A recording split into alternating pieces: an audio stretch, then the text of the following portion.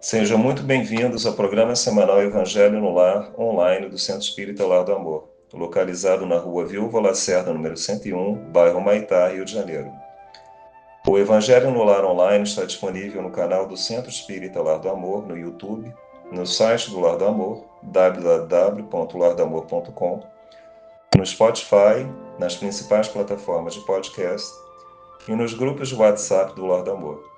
Meu nome é Flávio e vamos estudar mais um trecho do livro O Evangelho segundo o Espiritismo, de Allan Kardec. Como fazer o Evangelho no lar? O Evangelho no lar pode ser realizado uma vez por semana. Escolha um dia da semana, no mesmo horário e um local tranquilo de sua casa. De preferência, faça o Evangelho no lar com todos os membros de sua família. Caso esteja sozinho, não tem problema. Deixe a água dentro de um copo, jarra ou garrafa, para que seja fluidificada durante o Evangelho no lar. É possível fazermos uma leitura preparatória para a harmonização do ambiente. Na sequência, fazemos a oração de abertura. Em seguida, fazemos a leitura de um trecho do livro Evangelho segundo o Espiritismo, de Allan Kardec, e fazemos os comentários referentes ao trecho escolhido. A leitura desse trecho pode ser de forma sequencial ou então de forma aleatória. No Evangelho no Lar online, do Lar do Amor, o estudo está sendo feito de forma sequencial, por capítulos e itens.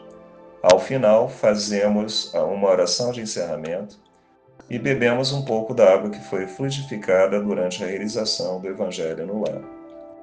Leitura preparatória. Mensagem do livro Coletâneas de Preces Espíritas, de Allan Kardec. Anjo guardião e bons espíritos. Espíritos esclarecidos e benevolentes, mensageiros de Deus, que tendes por missão assistir os homens e conduzi-los pelo bom caminho. Sustentai-me nas provas desta vida. Dai-me a força de suportá-las sem queixumes. Livrai-me dos maus pensamentos e fazei que eu não dê entrada a nenhum mau espírito que queira induzir-me ao mal. Esclarecei a minha consciência com relação aos meus defeitos e tirai-me de sobre os olhos o véu do orgulho, capaz de impedir que eu os perceba e os confesse de mim mesmo.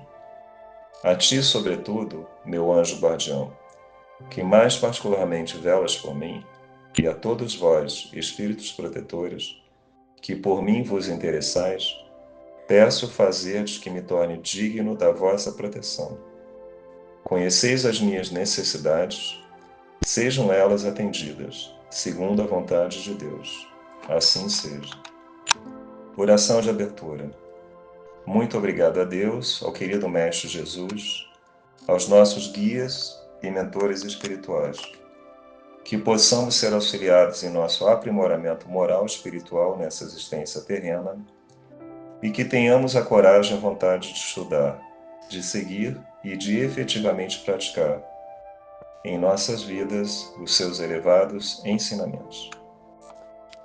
Evangelho no Lar. No Evangelho no Lar de hoje, faremos o estudo do capítulo 8, itens 5, 6 e 7, Pecados por pensamentos, adultério. Item 5. Aprendeste que foi dito aos antigos? Não cometereis adultério. Eu, porém, vos digo que aquele que houver olhado uma mulher com mau desejo para com ela, já em seu coração cometeu o adultério com ela. Mateus, capítulo 5, versículos 27 e 28. Item 6. A palavra adultério não deve absolutamente ser entendida aqui no sentido exclusivo da acepção que lhe é própria, porém, num sentido mais geral. Muitas vezes Jesus a empregou por extensão, para designar o mal, o pecado, todo e qualquer pensamento mau, como por exemplo nesta passagem. Porquanto, se alguém se envergonhar de mim e das minhas palavras, dentre esta raça adúltera e pecadora, o Filho do Homem também se envergonhará dele, quando vier acompanhado dos santos anjos, na glória de seu Pai. Marcos capítulo 8, versículo 38. A verdadeira pureza não está somente nos atos, está também no pensamento, porquanto aquele que tem puro coração nem sequer pensa no mal. Foi o que Jesus quis dizer. Ele condena o pecado, mesmo em pensamento, porque é sinal de impureza. Item 7. Esse princípio suscita naturalmente a seguinte questão: sofrem-se as consequências de um pensamento mau, embora nenhum efeito produza? Cumpre se faça aqui uma importante distinção. À medida que avança na vida espiritual, a alma que enveredou pelo mau caminho se esclarece e despoja, pouco a pouco, de suas imperfeições, conforme a maior ou menor boa vontade que demonstre. Em virtude de seu livre-arbítrio, todo pensamento mau resulta, pois, da imperfeição da alma. Mas, de acordo com o desejo que alimenta de depurar-se, mesmo esse mau pensamento se lhe torna uma ocasião de adiantar-se, porquanto ela o repele com energia. É indício de esforço por apagar uma mancha. Não cederá se apresentar oportunidade de satisfazer ao mau desejo. Depois que haja resistido, sentir-se-á mais forte e contente com a sua vitória. Aquela que, ao contrário, não tomou boas resoluções, procura a ocasião de praticar o mau ato, e, se não o leva a efeito, não é por virtude da sua vontade, mas por falta de ensejo. É, pois, tão culpada quanto seria se o cometesse. Em resumo, naquele que nem sequer concebe a ideia do mal, já há progresso realizado. Naquele a quem essa ideia acode, mas que a repele, há progresso em vias de realizar-se. Naquele, finalmente, que pensa no mal e nesse pensamento se compraz, o mal ainda existe na plenitude da sua força. Num, o trabalho está feito. No outro, está por fazer-se. Deus, que é justo, leva em conta todas essas gradações na responsabilidade dos atos e dos pensamentos do homem. Breves comentários na doutrina espírita em relação ao capítulo 8, itens 5, 6 e 7, do livro Evangelho segundo o Espiritismo, de Allan Kardec. É importante fazer uma breve contextualização antes dos comentários aos itens 5, 6 e 7 do capítulo 8. A palavra adultério tem origem no termo latino adulterium. A raiz da palavra vem de adulterare, que significa corromper, falsificar, fraudar ou quebrar um voto. Esse sentido está diretamente ligado à ideia de violar a fidelidade conjugal e o contrato matrimonial, adulterando a pureza ou a integridade da relação.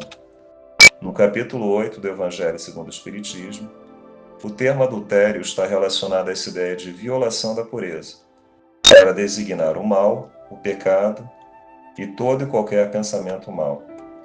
Na tradição judaica da época de Jesus, pureza tem o sentido de limpeza. Então, o título Bem-aventurados os que têm puro coração poderia ter como expressão equivalente Bem-aventurados os que têm limpo coração. Na época em que Jesus viveu, o conceito de pureza ou limpeza do espírito era outro, associado a diversas práticas e rituais. Essa questão da pureza foi, por inúmeras vezes, questionada pelos doutores da lei, pelos fariseus. Por exemplo, os questionamentos dos fariseus e doutores da lei sobre o porquê Jesus se aproximava de publicanos, prostitutas e gentios.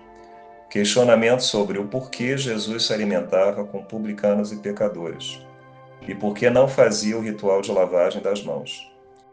Na visão dos fariseus e doutores da lei, a proximidade e a convivência de Jesus com publicanos, prostitutas e gentios significaria dizer que ele seria supostamente uma pessoa impura.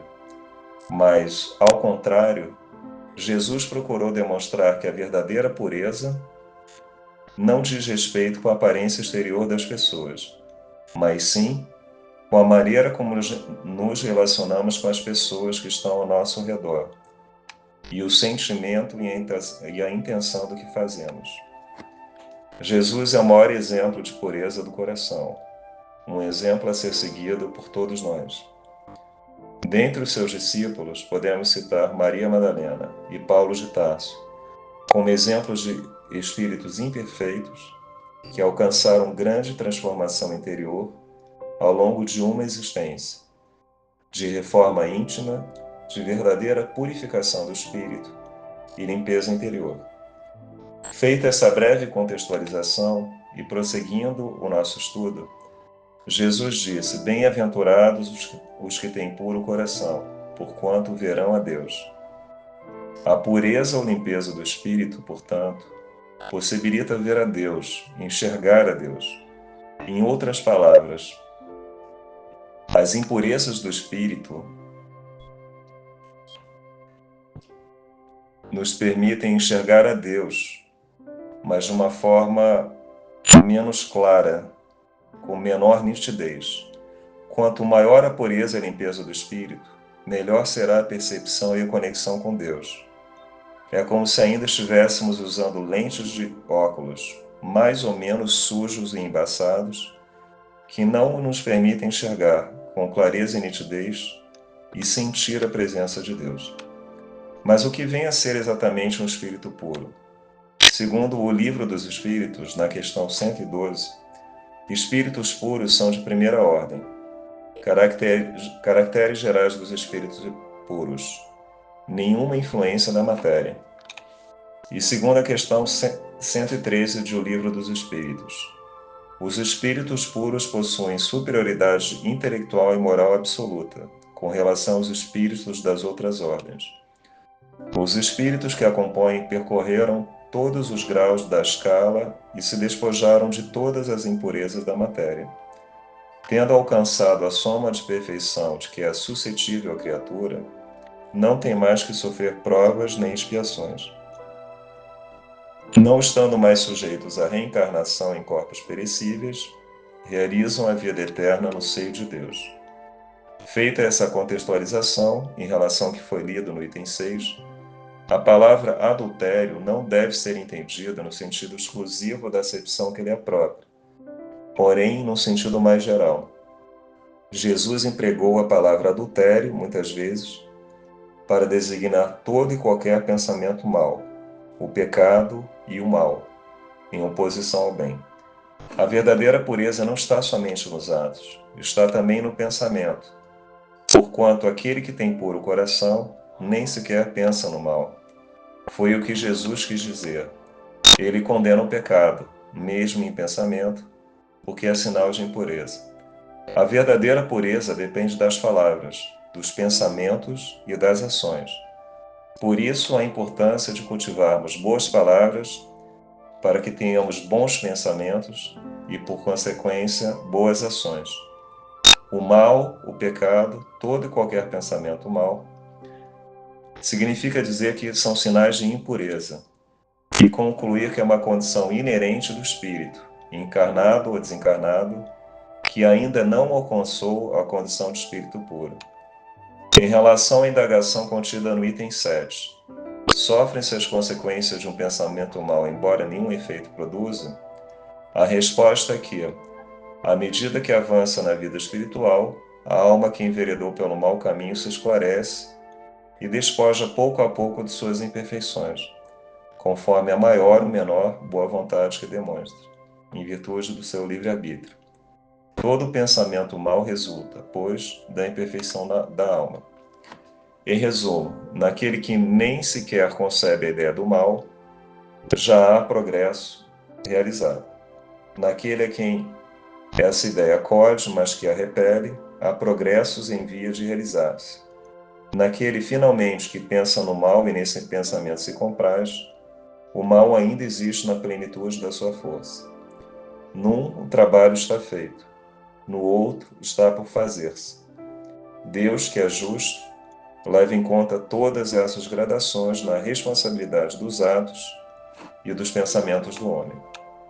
Relacionado a esse item 7, do capítulo 8, façamos a leitura da questão 115 do livro Evangelho segundo o Espiritismo. Dos espíritos, uns terão sido criados bons e outros maus? Deus criou todos os espíritos simples e ignorantes, isto é, sem saber. A cada um deu determinada missão, com o fim de esclarecê-los e de os fazer chegar progressivamente à perfeição, pelo conhecimento da verdade, para aproximá-los de si. Nesta perfeição é que eles encontram a pura e eterna felicidade, passando pelas provas que Deus lhes impõe, é que os espíritos adquirem aquele conhecimento. Uns aceitam submissos essas provas e chegam mais depressa à meta que lhes foi destinada. Outros só a suportam lamentando e, pela falta em que desse modo incorrem, permanecem afastados da perfeição e da prometida felicidade. Segundo o que acabais de dizer, os espíritos em sua origem seriam como as crianças, ignorantes e inexperientes, só adquirindo pouco a pouco os conhecimentos de que carecem com percorrerem diferentes fases da vida? Sim, a comparação é boa. A criança rebelde se conserva ignorante e imperfeita. Seu aproveitamento depende da sua maior ou menor docilidade. Mas a vida do homem tem termo, ao passo que a vida dos espíritos se prolonga ao infinito. Em conclusão, a pureza do coração, ou seja, a pureza plena, é um processo longo pela qual o espírito vai passar em busca da perfeição.